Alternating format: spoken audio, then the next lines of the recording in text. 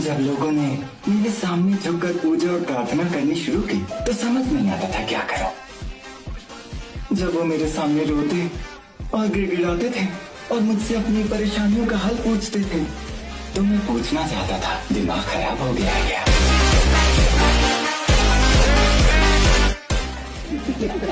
वो मुझे अपनी बेकार दुख भरी कहानियां सुनाते थे और मेरे सामने झुककर स्वर्ग जाने का तरीका पूछते थे।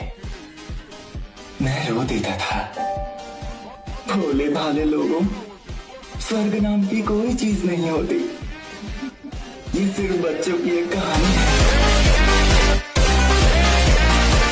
जिसे इंसानों ने कल्पना से बनाया। कोई भगवान वगैरह भी नहीं होता।